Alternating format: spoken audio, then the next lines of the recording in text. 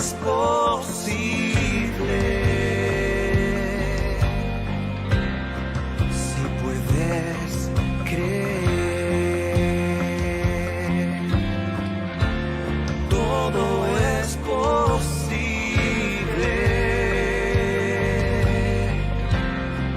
Si puedes creer.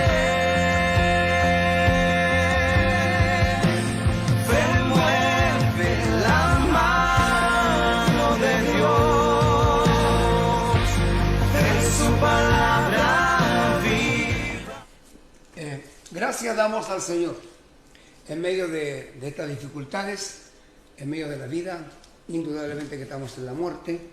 Hoy tenemos mucho motivo para dar gracias al Señor. La vida, la salud que nos regala y un tiempo tan especial de compartir la palabra de Dios. Quiero decir una cosa, nosotros a veces no valoramos lo que tenemos. Nosotros siempre somos inconformistas. ¿Sabe? Yo le he enseñado a mis hermanos en la iglesia que hay hermanos en China que se reúnen en las cloacas, en las inmundicias, en las acequias, en donde no tienen visibilidad alguna, en donde no tienen ninguna posibilidad de una cámara, nada. Pero ahí la presencia del Espíritu Santo se glorifica y gente, miles son salvados. En Corea del Norte están como ratas escondidas. Y me acuerdo y vengo a la memoria cuando me invitan a predicar al furgón de Puerto Montt, en donde yo pensé que iba a haber otro tipo de personas, y cuando voy caminando miro hacia abajo al piso y veo ojillos brillantes. Y yo dije, ¿qué es? Me acerco un poco más y eran seres humanos como usted y como yo. Y esa noche prediqué en medio de esas personas, en medio de la lluvia, en medio de una pobreza terrible. Gente drogada, gente alcohólicos. ¿Qué teníamos? Una Biblia, y quiero decirle que esa noche yo me corté, porque nosotros siempre hemos pensado y creemos que para predicar fastuoso, algo que sea brillante, que brille, cuando lo que tiene que brillar es la palabra del Señor. Así que antes de comenzar le hago ese comentario y que el Señor les bendiga y comparta con otros, invite a otros a este estudio. Así que vamos a comenzar en el nombre del Señor. Bien, como referencia tenemos Jesús completamente divino, es un temazo. Estamos hablando, no se olvide, de la doctrina de Dios, ¿ya? Y tenemos, ¿cierto?, un título completamente divino que vamos a ir escarbando. Ha sido un poco una tarea un poco tediosa, sé que hay tanto concepto que definir, se pone difícil, pero vamos a tratar de hacer de la forma más simple, ¿le parece? Y tenemos como lectura bíblica a San Juan 1, del 1 al 11. Y tenemos Romanos 9, 5, pero vamos a tomar, yo se lo voy a anticipar, vamos a tomar el versículo 4 de Romanos. Amén. Ahí vamos a ver algunas cosas que dan la razón por qué Israel fue, ¿cierto?, privilegiado. Vamos a ver algunos privilegios de Israel. Y vamos a comenzar entonces en el nombre del Señor, y nada mejor que leyendo la palabra de Dios. Me imagino que usted tiene su Biblia ya. Dice San Juan 1, 11, dice: en el principio era el Verbo, y el Verbo era con Dios, y el Verbo era Dios. Este era en el principio con Dios. Todas las cosas por Él fueron hechas, y sin Él nada de lo que ha sido hecho fue hecho. En Él estaba la vida, y la vida era la luz de los hombres. La luz de las tinieblas resplandece, y las tinieblas no prevalecieron contra ella. Hubo un hombre enviado de Dios, el cual se llamaba Juan. Este vino por testimonio para que diese testimonio de la luz, a fin de que todos creyesen por Él. No era Él la luz, sino para que diese testimonio de la luz. Aquella luz verdadera que alumbra a todo hombre venía a este mundo. En el mundo estaba, y el mundo por Él fue hecho, pero el mundo no le conoció. A lo suyo vino, y los suyos no le recibieron. Luego vamos a dar lectura a Romanos, una vez que entremos en materia. Tenemos en el expositor bíblico algunos comentarios. ¿Ya? Y hoy tenemos que considerar lo siguiente. Voy a dar lectura a esta partecita, a la parte 1. Luego vamos a explicar, vamos a desarrollar San Juan 1, del 1 al 11. Para entender, porque tenemos que poner en contexto, tenemos que entrelazar la lección. Entonces, voy a leer Jesús completamente humano, completamente divino. Generalmente la iglesia utiliza la palabra encarnación, que la vamos a desglosar después, según la Biblia, refiriéndose al hecho de que Jesús es Dios en carne humana. La Biblia declara que Jesús es Dios. Así lo manifiestan pasajes que se refieren a Cristo como el creador del cielo y de la tierra, el que reina por sobre todas las cosas. En el Antiguo Testamento, el nombre de Dios aplicado a Cristo lo vemos cuando el profeta Isaías declara, abre comillas, nos ha nacido un niño, se nos ha concedido un hijo, la soberanía reposará sobre sus hombros. Y se le darán estos nombres: Consejero, Admirable, Dios fuerte, Dios fuerte. Esto está en Isaías 9:6. La palabra Señor, en griego Kyrios, se empleó como forma de trato cortés al tratar a un superior, o significa amo de un esclavo. En la versión Septuaginta traduce la palabra Yahvé como el Señor o Jehová. En el Nuevo Testamento se usa Señor para referirse a Cristo, entendiendo de ese modo el sentido del Antiguo Testamento, que dice que, abre comillas, el Señor, que es Jehová o Dios mismo. El ángel a los pastores de Belén les dice: hoy les ha nacido en la ciudad de David un Salvador, que es Cristo el Señor. Y la cita referida está en Lucas 2:11. Amados, entonces vamos a explicar, vamos a ir al grano de esto, y dice que en el principio era el verbo, y el verbo era con Dios, y el verbo era Dios. Hay una religión, los testigos de Jehová, que le anteponen un artículo definido, que le ponen, y era un Dios. Pero si fuese, era, y ellos se escriben así, le ponen un Dios minúscula. ¿Ya? O sea, los testigos de Jehová dicen que Jesús es un Dios para nosotros. ¿Ya? Ellos se presentan con la Biblia, la que usamos nosotros. Pero ellos manipulan las escrituras. Bueno, pero eso no es el tema de esta noche. Vamos entonces a avanzar. ¿Por qué explico esto? Porque cuesta entender esta parte, ¿ya? Cuesta comprender esta partecita. ¿Amén? Ahora bien, Juan, el apóstol Juan, el escritor, el teólogo, nos traslada, al principio de la creación. ¿Recuerda usted las lecciones pasadas? Génesis 1:1. Que en el principio creó Dios los cielos y la tierra.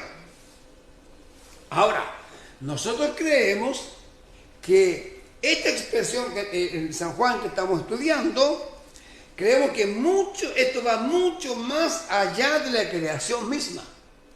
Antes de la creación Jesús ya era. Jesús, ¿cierto?, nos conduce a algo maravilloso. Entonces, sobre su existencia, por ejemplo, en San Juan 17:5, lo tengo anotado acá. Ahora pues, Padre, glorifícame tú al lado tuyo, con aquella gloria que tuve contigo antes que el mundo fuese. ¿Qué nos quiere decir este texto? Dice que glorifícame tú para contigo, con aquella gloria que tuve contigo antes que el mundo fuese hecho. O sea, ¿qué está diciendo Jesús? ¿Qué registra Juan acá? Que Jesús es antes de la creación misma, antes del huerto, antes de todo lo creado. Él es el primogénito de toda la creación. Ahora, la gloria ya estaba en Él. Nunca la gloria salió de Él. Jamás Jesús perdió su gloria. Siempre fue el verbo. Verbo hecho carne. Habitó entre nosotros. Pero ¿sabe? Nunca se separó de nosotros. Quiero leer 2 Corintios, si me acompaña. No sé si Jorge la tiene en la mano, podría ayudarme un poquito ahí. A ver, acá tengo, parece. Tengo Romanos. Segunda de Corintios, vamos a leer 4:6. O si no, vamos. ¿Qué dice, hermano? Porque Dios, que mandó que de las tinieblas resplandeciese la luz, es el que resplandeció en nuestros corazones para iluminación del conocimiento de la gloria de Dios en la faz de Jesucristo. Perfecto. Puso atención. Por favor, ¿puede repetir el texto, hermano Jorge? Léalo con claridad. Porque Dios, que mandó que de las tinieblas resplandeciese la luz, es el que resplandeció en nuestros corazones para iluminación del conocimiento de la gloria de Dios en la faz de Jesucristo. Amén. Lo mandó que resplandeciese la luz. Y esta luz resplandeciera en nuestros corazones. Jesús declara y dice que yo soy la luz. Da a entender, ¿cierto? Como un antónimo, como un opuesto a la tiniebla que el mundo vive. Entonces, Jesús fue enviado como una lámpara, veíamos tiempo atrás, ¿cierto? Para iluminar al mundo, para iluminar las tinieblas de este mundo. Que el Señor nos bendiga. Amados, para ponernos un poquito en el contexto, cuando dice que la hora, cuando Él dice la hora ha llegado, cuando Él dice, Padre, glorifícame tú ahora, con aquella gloria. Ahora, que hoy dice, ha llegado la hora. ¿Cuál hora? La hora de la redención. Ya no está hablando de la redención y la redención de su vida en favor de el mundo. Así que, hermanos, el Señor nos bendiga. Entonces, antes de su existencia, ¿cierto? Él tenía la gloria, no como hijo, sino como Dios mismo. Cuando Jesús hace la oración, ¿cierto? Glorifícame con tu gloria, porque ora antes de una oración. Aquí Jesús ora como hombre y como mediador de su pueblo. Él es autoridad y también es majestad. Igual al Padre, es igual al Padre. Él no era casi totalmente Dios, era Dios completamente. Ahora, ¿de qué se despoja Cristo? La gran pregunta. De sus prerrogativas de la deidad.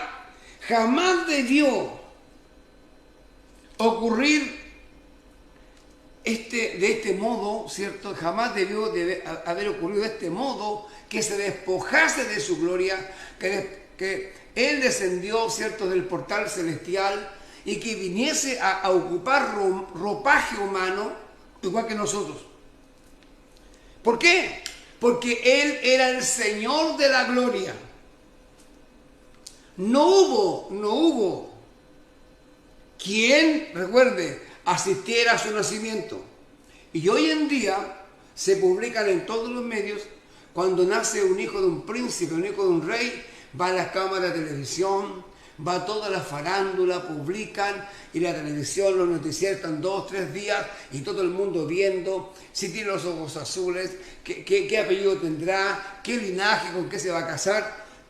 Cuando anuncian los ángeles, los magos, que van a ser Jesús, nadie, el imperio no se pone de rodillas. Nace como un hombre común. Él no tuvo una partera que asistiera a su nacimiento.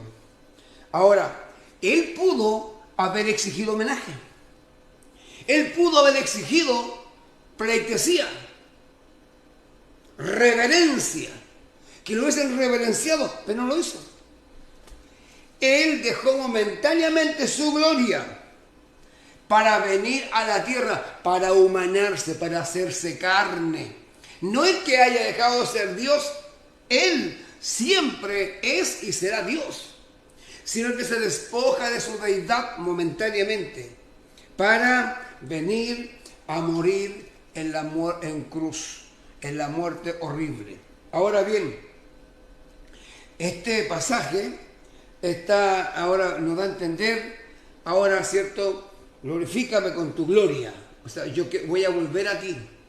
Voy a tomar mi gloria que me corresponde. Va a volver al cielo.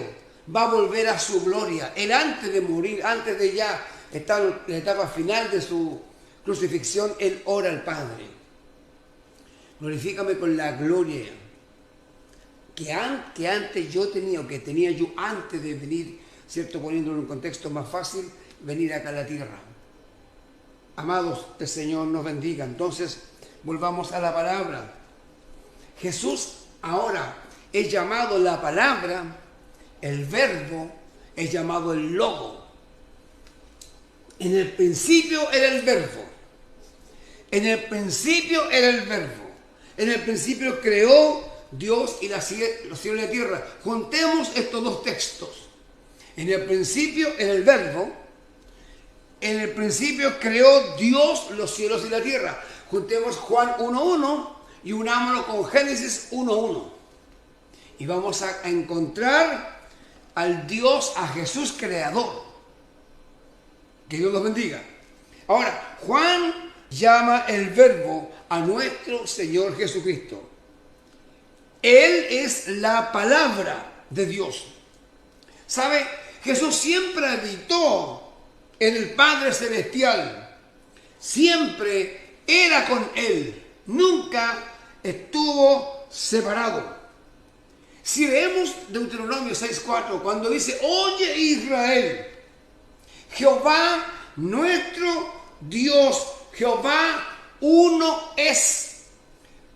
Semanas anteriores hemos estado hablando de el ángel de Jehová. Y decíamos que estaba, cierto, personificado, ahí el ángel de Jehová personifica a Cristo en el Antiguo Testamento. Con todos los comentarios que hemos hecho. Entonces cuando lo dice Dios, oye Israel, Jehová nuestro Dios, Jehová uno es. O sea, Dios no es divisible.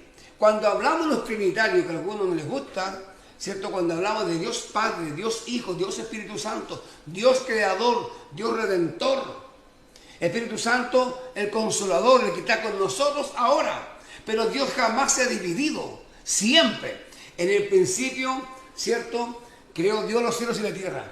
Y también agrega, y en el principio el Espíritu se movía en la faz de las aguas, el Espíritu. Entonces, amados, Dios es indivisible. Y cuando Juan declara, esto es notable, dice, yo y el Padre uno somos, según San Juan 10:30. Yo y el Padre uno somos, no somos divisibles, no somos atomizados. Ahora, Colosenses 1:16 nos dice, porque en Él, en Cristo, fueron creadas todas las cosas. Todo fue creado por medio de Él y para Él. Creado por medio de Él y para Él. Pedro nos dice también, en el tiempo antiguo fueron hechos, el tiempo antiguo fueron hechos por la palabra de Dios, los cielos y también la tierra. Recuerde que la palabra de Dios refiere a Cristo mismo, a Jesús.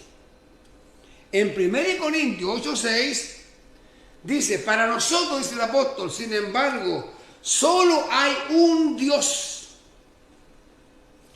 y el Padre, del cual proceden todas las cosas. Nosotros somos para Él y un Señor Jesucristo, por medio del cual son todas las cosas y nosotros por medio de Él. Ahora bien, Hebreos 1:12, ¿qué nos dice? Dios, habiendo hablado muchas veces y de muchas maneras en otro tiempo a los padres por los profetas, en estos postreros días nos ha hablado por el Hijo, a quien constituyó heredero de todo y por quien asimismo hizo el universo. Isaías agrega un elemento importantísimo y dijo, así será mi palabra que sale de mi boca. Amados, la palabra de Dios que sale de su boca es el Señor Jesucristo. Él es la palabra. Y la Biblia dice que los cielos y la tierra fueron hechos por su palabra. Y dijo, hágase, dijo la palabra, y el cielo se hizo. El Señor nos ayude. Entonces, vamos a ver ahora la expresión o la palabra verbo, ¿ya? Y dice, se hizo carne y habitó entre nosotros. Esto está en San Juan 1:14, para explicar un poco. Dios, verbo, Dios hecho carne. Juan, el apóstol, usa la palabra logos, traducido como verbo para describir a Cristo en su estado preencarnado. Pablo, el apóstol, en Filipenses capítulo 2, versículos 6 al 8, describe este misterio señalando, quien siendo por naturaleza Dios, no consideró el ser igual a Dios como algo a que aferrarse. Por el contrario, dice Pablo, se rebajó voluntariamente, tomando la naturaleza de siervo y haciéndose semejante a los seres humanos. Y al manifestarse como hombre, se humilló a sí mismo y se hizo obediente hasta la muerte y muerte de cruz. Amados, Jesucristo entonces como eterno Dios, ¿dónde manifiesta su eternidad? En el principio. ¿Dónde manifiesta su comunión con el Padre? Cuando dice era Dios. Manifiesta sus atributos, divino, creador de todo. ¿En qué momento? Cuando Él dice todas las cosas por Él fueron hechas. Cuando señala Juan, todas las cosas por Él, porque esto refiere a ser, fueron hechas, se está mostrando o se manifiestan los atributos divinos como creador de todo.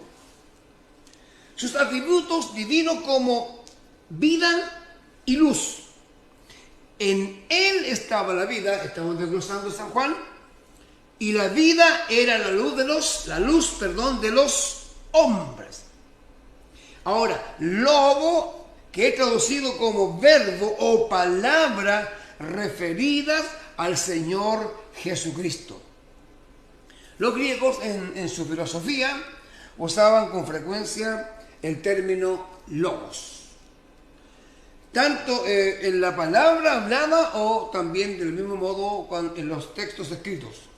Este concepto apuntaba a la racionalidad en el universo, a la inteligencia detrás del orden y la uniformidad que se observaba en el cosmos, aunque carente de personalidad.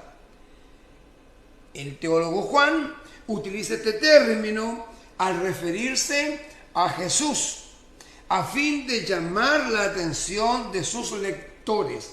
Entonces podríamos decir que luego es un recurso para atraer a otros lectores de otros idiomas, ¿cierto? Y de otros entornos. Entonces Juan afirma quien ha creado el universo y lo rige, es una persona divina, y esa persona divina es el Señor Jesucristo. Es decir, Juan lo pone y señala derechamente que es Dios. El verbo era, amados, el verbo era. No es que diga o significa no llegó a ser. No es que Él llegó a ser, no, Él era, Él es. No eventualmente fue Dios. Él era, es Dios. Cristo era Dios y Cristo es Dios por toda la eternidad. Pero llegó a ser hombre, atención, en un momento determinado de la historia, a fin de redimir al hombre. Esa es la razón por qué llegó a ser, ¿cierto?, hombre. El verbo, continuamos con San Juan 1 al 11, el verbo era con Dios. La creación del hombre no fue una necesidad, amados. Dios no tenía una necesidad de crear al hombre, sino el solo hecho de amar a su creación personal creó al hombre.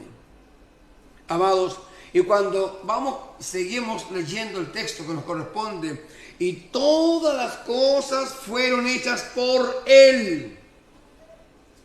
A lo largo del Evangelio de Juan nos demuestra que Jesús tenía poder creador. En las bodas de Canaán, por ejemplo, creó vino a partir del agua. En el desierto dio comer a 5,000 panes y estos fueron hechos por Él. El milagro de la multiplicación fue hecho por Él. Entonces, significa esto que mediante Él llegaron a ser. Toda esta multiplicación ocurrió mediante y por Él. Entonces, en esta acción, Jesús actúa como ejecutor de la voluntad del Padre. El Padre obraba mediante el Verbo como una unidad inseparable. Y cuando Juan registra y dice, en Él, en Cristo estaba la vida. Amados, la vida estaba en Él y la vida está en Él. Él dijo, yo soy la vida. Él se declara como la vida. El hombre necesita vida. El hombre está muerto espiritualmente. El hombre, al entrar en rebeldía, ¿cierto?, contra Dios, en un acto de enseguecimiento, entra en una muerte y alcanza, ¿cierto?, a estar muertos en delitos y en pecado. Esa es la muerte del hombre. Entonces vino Jesús a dar vida. Por eso él dice, Juan, en Él estaba la vida. O sea, tenía la autoridad de Dios. O sea, tiene la autoridad de Dios. Porque lo único que da la vida es Dios. Miremos ahora el versículo 6-7 de esta lectura de San Juan 1 al 11. Hubo un hombre, aquí registra Juan. Refiere a Juan el Bautista. Pero Juan el Bautista dio testimonio de Jesús. Él declara, ¿cierto? Él dice, es antes de mí, o es antes que yo. Él es la luz. Juan declara. Hay una declaración, pero tremenda, cuando él dice, Él es el Cordero de Dios que quita el pecado del mundo, cuando lo presenta en el Jordán. O sea, Juan solamente da testimonio de Jesús. Podríamos decir que Juan dijo, yo solamente soy el precursor, yo no soy la luz. Soy testigo, sí, de la luz, pero yo no soy la luz. La luz es Jesús. Él es la vida. Que el Señor nos bendiga. ¿Y qué pasa ahora con el versículo 8 y 9? Continuando con San Juan 1. Testigo de la luz. La luz viene de la palabra de Dios. Cristo es la palabra. Más simple, la luz proviene de Dios o de Cristo, porque Cristo es la palabra. Jesús declara ahora con asombro para muchos, yo soy la luz, dice él. El hombre queda expuesto a esta declaración a la luz cuando viene a la palabra, cuando el hombre acude a la palabra de Dios. Esta luz alumbra al que quiere venir a él. ¿Por qué hay tantas personas en la oscuridad espiritual? Porque no quieren venir a la luz. ¿Por qué hay tantos ciegos espirituales en las congregaciones aún? Porque no quieren venir a la luz. ¿Y quién es la luz? Cristo. Y Cristo es la palabra. Y la palabra es Dios y Dios es Jesús. Que Dios nos bendiga. Versículos 10 y 11 de la lectura que hemos tomado.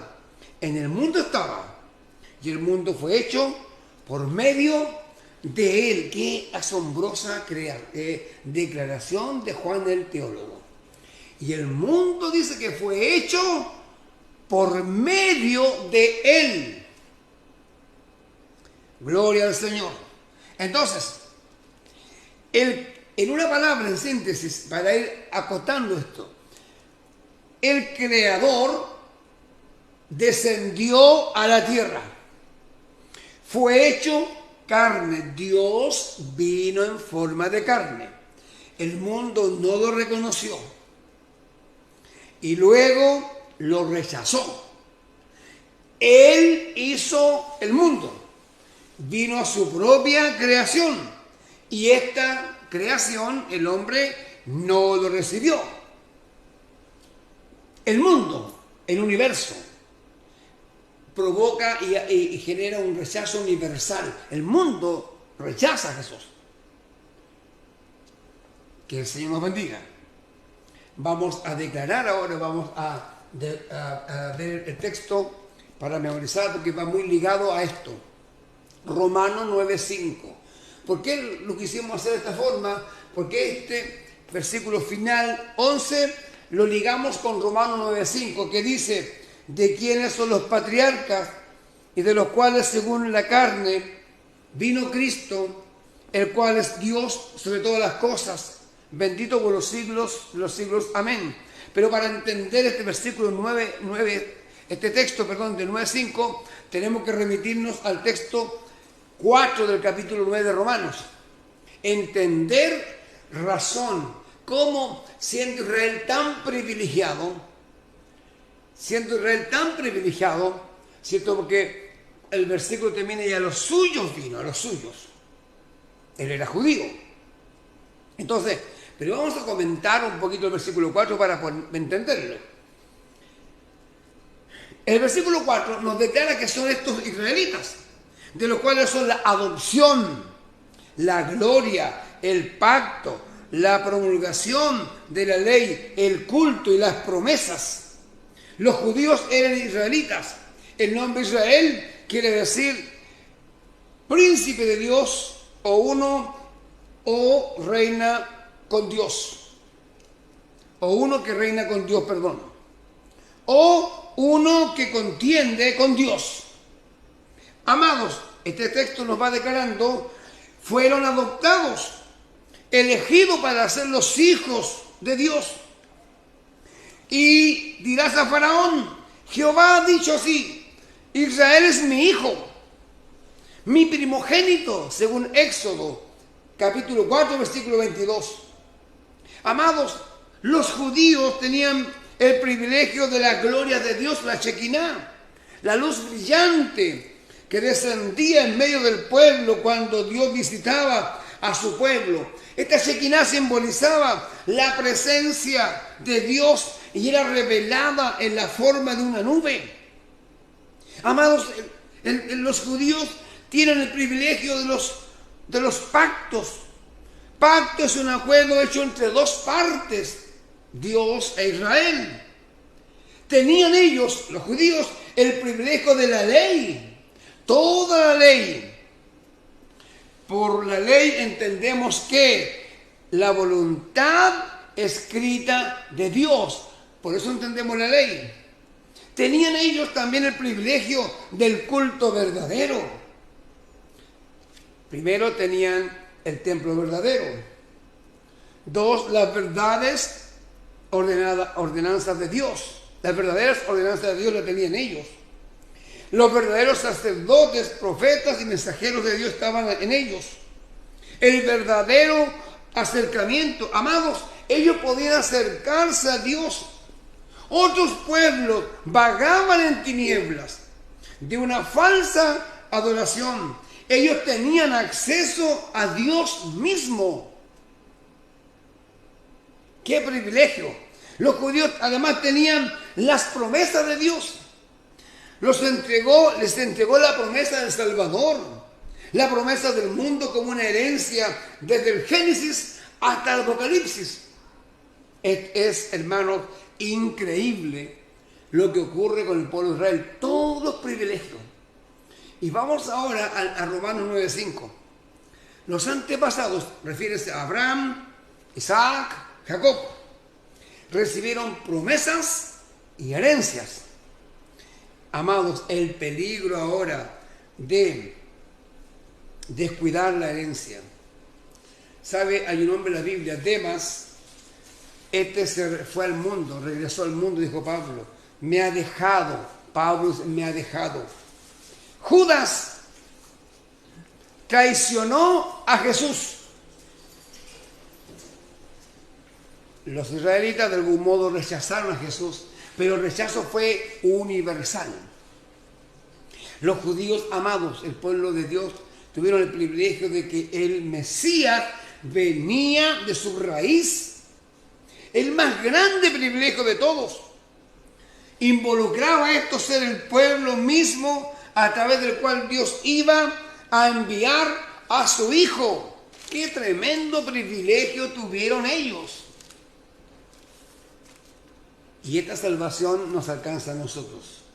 Mas a los que creyeron, diole potestad de ser llamados hijos de Dios. Amados, dentro de estas promesas, a través de quien Dios iba a bendecir al mundo, a través de los israelitas. Él vino, amados, en la carne, pero es Dios sobre todas las cosas. Quiero afirmar esto.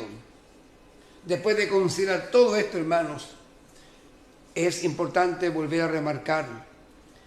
Él, Cristo Dios, vino en la carne, pero es Dios sobre todas las cosas. Vamos a ir al título ahora para desarrollar el título. Completamente divino. ¿Por qué el título? ¿Por qué completamente divino? Amados, es muy simple. Encarnación, tenemos el concepto de encarnación en el expositor, que significa Jesús es Dios en carne humana. Eso es encarnación. Jesús es Dios en carne humana. Amén. Quiero leer con cuidado lo que escribe Strong en su teología sistemática en la página 673. Hago referencia a la cita de este teólogo, A.H. Strong. Y él escribe en su teología sistemática algo súper interesante. Y dice así, abro comillas: en una persona, dice Strong, hay dos naturalezas, una humana y una divina. Cada una en su totalidad e integridad, y estas dos naturalezas están orgánica e indisolublemente unidas, pero de tal forma que no se forma ninguna tercera naturaleza por ello. Eso lo escribió este teólogo. Cito ahora a Charles Hodge. Esto fue citado a su vez por Charles Baker en su teología dispensacional. Esta cita está registrada en la página 300, ¿cierto?, de Charles Baker en su teología dispensacional. Y leo lo siguiente, abre comillas. Siempre dice yo, mí, mío. Siempre se lo trata de tú, ti, tuyo. Siempre se habla de él como él, su, suyo.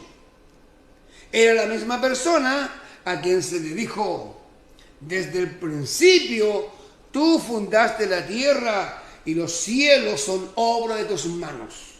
Estas citas están tomadas de dos teologías, una dispensacional y una teología sistemática. Amados, explicaremos encarnación, que aparece también en el expositor. Significa del latín incarnatio. Es el momento en que el verbo de Dios, Dios Hijo, se encarnó en Jesucristo por el poder del Espíritu Santo y asumió la naturaleza humana, despojándose de su divinidad en obediencia a Dios Padre para reconciliar a la humanidad perdida. Entonces, encarnación es el momento en que el verbo de Dios o Dios Hijo se encarnó en Jesucristo. Más simple, es el momento en cuando el Padre se encarna en el Hijo. Más simple aún, el momento en cuando Dios se encarna en su Hijo Jesucristo. Eso es encarnación. Toma la forma de hombre, se vuelve carne, eso es. Amados, para afirmar esto, milagros en la encarnación. El hecho de que Dios, amados, de que Dios el Hijo pudiera tomar la plena naturaleza del hombre y sin embargo conservar la plena naturaleza de Dios. Las Escrituras declaran que era tan Dios como si nunca hubiese sido hombre, y tan hombre como que si nunca hubiese sido Dios. Esto se conoce como la unión hipostática, es decir, jamás se han separado el uno del otro. El nacimiento, la concepción virginal de Jesús es un milagro.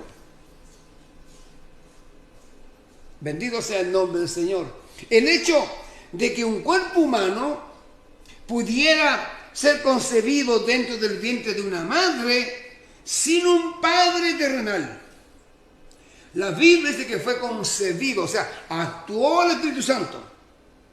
La unión del Padre y el Hijo sigue exactamente igual. Pero tenía que encarnarse, hacerse carne Dios en su Hijo. El expositor acá escrito dice que Jesús es Dios. Isaías dijo al respecto: he aquí que la Virgen concebirá y dará a su Hijo y llamará su nombre Emmanuel. Amado, ¿qué significa Emmanuel? Dios con nosotros. O sea, ¿qué me dice Isaías?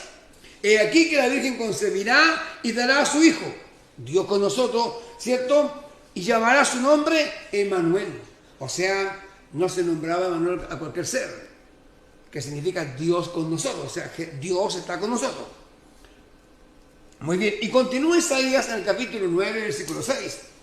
Porque un niño nos es nacido, hijo nos es dado, y el principado sobre su hombro, y se llamará su nombre admirable, consejero, escúchelo bien, Dios fuerte, Padre eterno, príncipe de paz. Qué tremendos nombres, qué tremenda. Ahí está Jesús en su plena deidad. Dios ahí está. ¿Cómo llama a un ser humano Dios? ¿Cómo llama a un ser humano Dios? ¿Cómo se puede llamar, a un ser humano Dios fuerte? Isaac era un profeta judío, radical, y escúchelo bien, monoteísta. O sea, para él había un solo Dios. Y aquí dice y declara, habla de Jesús como Dios fuerte, Padre eterno, príncipe de paz. Dijimos que era un profeta monoteísta. Y nos entrega esta tremenda afirmación, Dios fuerte. Ahora, el profeta Daniel, en el capítulo 7, versículos 13 y 14, nos dice, y aquí, en las nubes del cielo venía uno como hijo de hombre, y le fue dado dominio, gloria y reino para que todos los pueblos, naciones y lenguas le sirvieran. Su dominio es dominio eterno, que nunca pasará, y su reino, amados, uno que no será destruido. Jesús en la tierra, cuando estuvo como hombre, Dios usó como primer título cuando se llama y se dice el mismo, Hijo de hombre. Daniel dijo que venía uno como forma de hijo de hombre. Y Daniel nació mucho antes que Jesús. Mucho antes que Jesús. Es una declaración de la deidad. Cuando Daniel dice, y viene y ve él, y venía uno como hijo de hombre, está hablando de la deidad de Dios, perdón, de Cristo el Señor. Que el Señor nos bendiga. Muy bien. Jesús fue adorado por los magos, por los reyes magos, perdón. Estos fueron guiados e informados respecto de la identidad divina de Jesús. Es por ello que estos le adoraron. O sea, se enteraron, se informaron que el que iba a nacer no era un simple niño. Ellos se informaron de la identidad divina de Jesús. Y es por esa razón que ellos lo adoraron. No se olvide, no pierda de vista, sígame por favor, los judíos adoraban a un solo Dios, son monoteístas. Ahora, qué curioso, los discípulos también lo adoran. En Mateo 14, versículos 32 y 33. Y cuando ellos subieron en la barca, se calmó el viento. Entonces, los que estaban en la barca vinieron y le adoraron, diciendo, qué tremendo, verdaderamente eres hijo, aquí hijo es con mayúscula, hijo de Dios. Amados, ¿sabe usted que para la cultura judía solo el único y verdadero Dios podría ser adorado?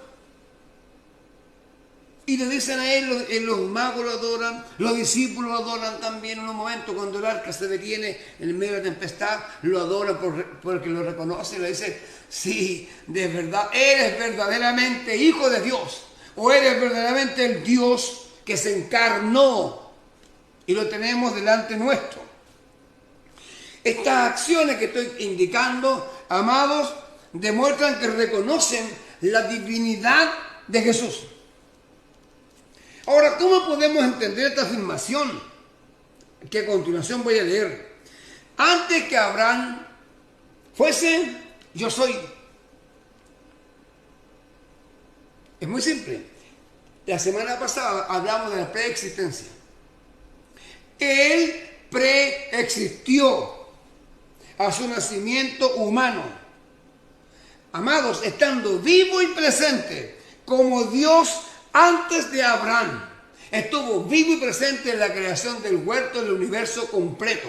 Todas las esferas celestiales, él participó. Y cuando él dice, yo soy, este yo soy está usado en el Antiguo Testamento, ¿cierto? Específicamente en Éxodo 3:14. Y cuando él dice, yo y el Padre uno somos, declara, hace la misma afirmación que hace Éxodo, yo soy. Y Jesús dice en San Juan, yo y el Padre somos, uno somos. Esta es otra afirmación de la deidad de Jesús. Amados, qué sorprendente, qué maravilla cuando leemos que Tomás responde a Jesús. Señor, dice, Señor mío y Dios mío. Cuando Jesús dice, mete tu dedo acá. El Dídimo, el cierto que no creía mucho. Tomás comprendió quién era Jesús y lo adoró. En ese momento Tomás entiende todo lo que nunca había comprendido. Estuvo años con él y no entendió nada. Y perdone, ¿cuántos de nosotros no hemos entendido nada tal vez? Y que tengamos que meter el dedo ahí para comprender, cierto, que Jesús es Dios. ¿Usted está convencido por la palabra que Jesús es Dios? ¿Usted está convencido que usted realmente está adorando al Dios de verdad? Y especialmente en estos tiempos que se están levantando tantos dioses, tantas religiones con su teología, con sus teologías entrampantes que al hombre lo confunden. Amados, el Señor nos bendiga. Y Tomás creyó y lo adoró. Es muy importante indicar lo siguiente. Amados, la evidencia de que Jesús es Dios incluye el cumplimiento de la profecía. Todos los profetas hablaron de Él. Semanas pasadas citamos texto. Lo que habló Isaías, lo que dijo Jeremías, lo que hermanos dijeron todos los hombres de Dios. Lo que dijo Amós, lo que dijo Miqueas, lo que dijo Oseas, Ezequiel. Hemos ido haciendo un recorrido escritural. Ahora bien, otra evidencia. Jesús invierte la ley de la naturaleza. ¿Se acuerdan cuando detiene la tempestad? Su voz detuvo todo, se acabó todo. O sea, invirtió la tempestad. No se resuelve, no termina por la voz de alguien. Pero Él era Dios. Y la naturaleza se rinde frente a Él. Ahora, otra evidencia. Vivió una vida sin pecado. Es el único que no ha pecado. Es el único ser santo, perfecto.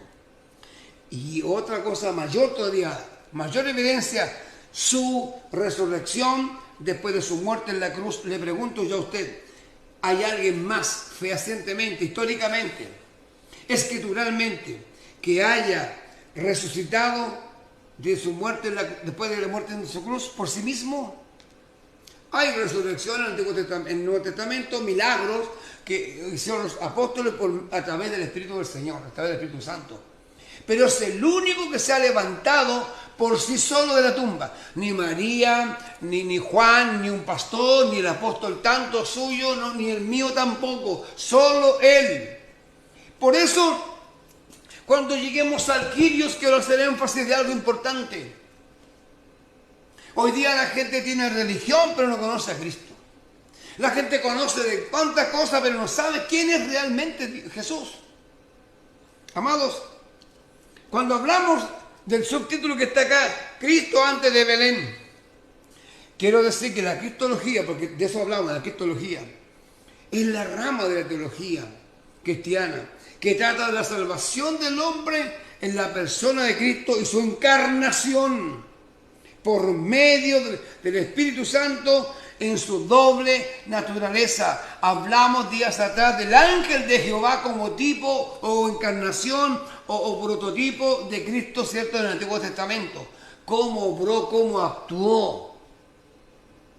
La cristología, creo que podríamos algún día hacer una exposición mayor referida a la cristología.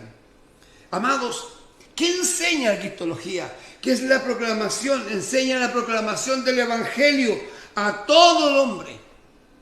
Nos dice que Cristo es el centro del universo. Nos dice que es la imagen del Dios invisible. Nos dice que es el primogénito de toda la creación. Es necesario entender, amados, Él es el centro del universo. Él es el primogénito, lo primero de toda la creación. Es la imagen del Dios invisible. Lo que tú no ves, Jesús se muestra en Jerusalén, nace en Belén, se hace Dios carne. Amados, Pedro dijo de Mateo, en el capítulo 6, del versículo 3 al 17. ¿Quién dice, pregunta Jesús, quién dice los hombres que es el Hijo de Dios, del hombre? Y responden unos, Juan el Bautista. Otro dice Elías, otro Jeremías, otro alguno de los profetas. Jesús pregunta, ¿y vosotros quién decís que soy yo? Y responde Pedro, tú eres el Hijo del Dios viviente. Y te pregunto yo a ti ahora, ¿quién es el Hijo del Hombre para ti? ¿Quién? ¿Es Dios realmente? ¿O estás, cierto, empantanado o te has quedado con conceptos que te han instalado malamente? ¿Sabes? Si tú no sabes que Jesús es Dios, yo te invito a conocer a Cristo a través de las Escrituras. Tú no vienes a conocer a Cristo a través de un himno, perdón. A mí me encanta la himnología, me gustan mucho los himnos. Pero me gustan los himnos que tengan sentido de redención, sentido de arrepentimiento, de convertimiento. No me gustan las ambigüedades musicales. No me gustan tampoco las adoraciones a los ángeles que se están haciendo a través de la himnología de hoy día. No me gusta el sentido que le están dando los himnos. Si es bíblico, perfecto. Amados, conocer el Cristo de las Escrituras es fantástico. Cuando usted conoce el Cristo de las Escrituras y este no está revestido de una ideología teológica o pensamiento que forma o que toma una forma literalista, amados, y existen otros peores que manipulan las Escrituras, es porque estamos evidentemente en un peligro. Si tú estás en eso, tienes que salir de ahí, tienes que escapar, tú tienes que conocer a Cristo. No sigas a los hombres, no hagas ídolo de un predicador determinado, no sigas a una persona, sigue a Cristo, por favor. Él vino a librar al hombre. Quiero ir terminando, quiero citarte textos antes que son concernientes antes de la encarnación de Cristo. Por ejemplo, la evidencia de la preexistencia de Cristo, el origen celestial atestiguado en San Juan 3:13, que dice: nadie subió al cielo, sino el que descendió del cielo, el Hijo del Hombre que está en el cielo. Eso lo registra Juan. Y Juan en el capítulo 3 y verso 31 nos hace ver lo siguiente: el que de arriba viene es sobre todos. El que es de la tierra, dice Juan, es terrenal, y cosas terrenales habla. El que viene del cielo es sobre todo. Entonces, Cristo es el Kyrios. Está Cristo por encima de todo. Amados, a Él se le debe amar. Por Él yo me debo sacrificar. Él debe ser nuestro centro de adoración. Amados, Kyrios es Señor. Lo voy a repetir: Maestro, amo, dueño. Te pregunto, ¿Él es tu maestro? ¿Él es tu Señor? ¿Él es tu amo? ¿Él es tu dueño? ¿O perteneces a una institución terrenal? ¿Cuál es tu sentido? Amado, eres tú la iglesia. Cuando tú perteneces como iglesia a un grupo, a una congregación, pero la iglesia eres tú. Y la iglesia está sujeta a su amo, a su Señor, a su dueño, a su jefe. Este Kyrios es usado como sinónimo de Dios o Jesús. En época de los romanos se usaba para identificar al amo, es decir, a aquella persona que contaba con esclavos bajo su poder, y también para nombrar al emperador de Roma, el César. En el Antiguo Testamento, Kyrios, el Señor, es amo, jefe, dueño de la vida de los fieles. ¿Te gusta esta parte? Jefe, dueño de la vida de los fieles. Tú no perteneces a X pastor. Tú no perteneces a X denominación. Por favor, entiende esto. Tú perteneces al Dios Kyrios. Él es tu amo. Él es tu dueño. Él es tu jefe. Yo donde quiera que esté, en la franja amarilla, o en la roja, o en la azul, yo hablaré de Cristo, porque Él me salvó a mí. No tengo problema de identidad. Mi identidad está vinculada con Cristo. Lo demás es una familia hermosa que yo quiero, pero yo soy esclavo de Cristo, y tú tienes que ser esclavo de Cristo. Que el Señor nos bendiga. Vamos a ir terminando. Yo sé, no quiero perturbarte, quiero enseñarte que es distinto. Y quiero enseñarte no lo que yo pienso, lo que está en las Sagradas Escrituras, lo que dice la Biblia, amados. Entonces, si Cristo es tu Kyrios, tu centro, gloria a Dios. Vamos a repetir Colosenses 1:16 porque quiero que se te quede grabado. Porque en Él fueron creadas todas las cosas, las que hay en los cielos y las que hay en la tierra, visibles e invisibles, sean tronos, sean dominios, sean principados, sean potestades, todo fue creado por medio de Él y para Él. Él es el Señor. Y Hebreos culminamos con Hebreos 1:1-2 que dice, Dios habiendo hablado muchas veces y de muchas maneras en otro tiempo a los padres por los profetas, en estos posteros días nos ha hablado por el Hijo, a quien constituyó, escúchalo, heredero de todo, y por quien asimismo hizo el universo.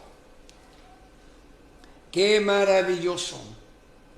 Y Colosenses 2:9, porque en Él, Cristo, habita corporalmente toda la plenitud de la deidad, todos los atributos de Dios son del Hijo, porque el Hijo Jesús es Dios.